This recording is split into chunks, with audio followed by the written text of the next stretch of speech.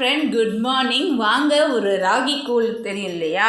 அந்த ராகி கூழ் வந்து வெயில் நேரத்தில் வாக்கிங் பண்ணுறவங்களாம் தள்ளுவண்டி கடையில் வாங்கி குடிச்சிருப்பாங்க. இன்றைக்கி நான் பண்ண போகிறேன். இப்போ ஒரு 11 மணி ஆச்சு. ஸோ பால் இல்லாத காரணத்தினால இதை போட்டு குடிச்சிக்கிறேன். ஸோ நீங்கள் பார்த்தீங்கன்னா ஒரு பாத்திரத்தில் நம்ம ஹீட் பண்ணணும். ராகி மாவு வந்து உங்களுக்கு தேவையான அளவு எடுத்துக்கோங்க.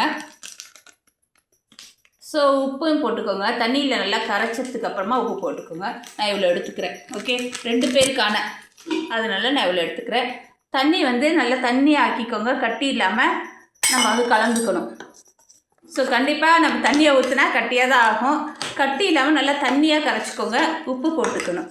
ஓகே, கட்டியே இருக்கக்கூடாது அந்தளவுக்கு. இப்படி வச்சுக்கோங்க. இன்னும் கொஞ்சம் கூட தண்ணி ஊற்றிக்கலாம்.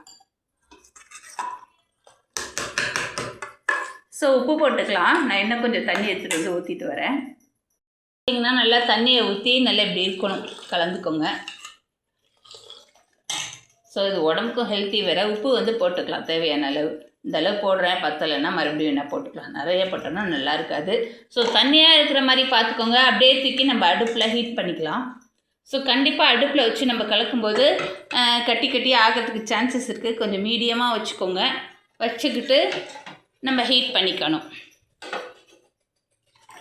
இப்படி இருக்கணும் தண்ணியாக. அப்போ தான் பார்த்தீங்கன்னா நமக்கு நல்லா இருக்கும். ஓகே, வரட்டும். பார்த்தீங்கன்னா வந்து ரொம்ப கொதிக்கிற அளவுக்கு வச்சுக்காதீங்க. ஏன்னா ரொம்ப கொதிச்சா உங்களுக்கு கட்டி தட்டும். ஸோ தண்ணியாக இருக்கணும், கொஞ்சமாக ஹீட் ஆகிருக்கணும். ஓகே, அந்த மாதிரி பார்த்துக்கோங்க. ஸோ நமக்கு இப்போ போதுமாச்சு. அடுப்பு ஆஃப் பண்ணிட்டேன். இறக்கி வச்சுக்கோங்க. வச்சுட்டு இதில் ஆனியன் கொஞ்சம் கட் பண்ணி வச்சுருக்கேன், அதை சேர்த்துக்கலாம். ஸோ இதெல்லாம் போட்டு குடிச்சிங்கன்னா இன்னும் கொஞ்சம் நல்லாயிருக்கும். உடம்புக்கும் ஹெல்த்தி கூட. ஓகே, இருங்க வரேன். இதில் ஊற்றி வச்சிடலாம்.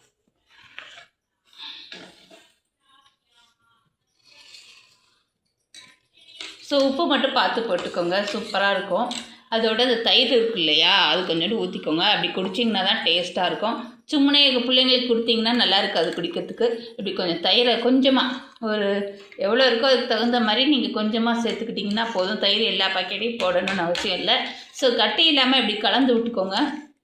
அதில் நல்லா அடித்து ஆற்றிக்கோங்க. நான் கரண்டியிலே வந்து கட்டி அந்த தயிர் ஊற்றணும் இல்லையா, அது கட்டி இல்லாமல் இந்த ராகி கூழோட கலக்கணுன்றதுக்காக இப்படி கலந்து விட்டுக்கோங்க. ஸோ எப்படி இருக்குன்னு டேஸ்ட் பார்க்குறேன். செமையாக இருக்குது. இது கூட பார்த்திங்கன்னா பச்சை மிளகாய், மோர் மிளகாய் இருக்குது இல்லையா, அதுக்குள்ளே எண்ணெயில் போட்டுட்டு நம்ம வறுத்துட்டு இதோட சேர்த்து சாப்பிட்லாம். இல்லை ஊறுக்காய், இல்லை துவையல், தயிர் போதும், ரொம்ப வேணாம். வச்சு சாப்பிட்டிங்கன்னா சூப்பராக இருக்கும். இப்போ போய் பாப்பாவுக்கு கொடுக்கணும். ஸோ நான் இதே மாதிரி ஒரு கிளாஸ் எடுக்கணும். ஓகே ஃப்ரெண்ட், கண்டிப்பாக ட்ரை பண்ணி பாருங்கள். ஸோ அப்படியே என்னோடய சேனலுக்கு சப்ஸ்கிரைப் பண்ணிக்கோங்க. ஓகே, பாப்பாவுக்கு போய் கொடுத்துடலாமா?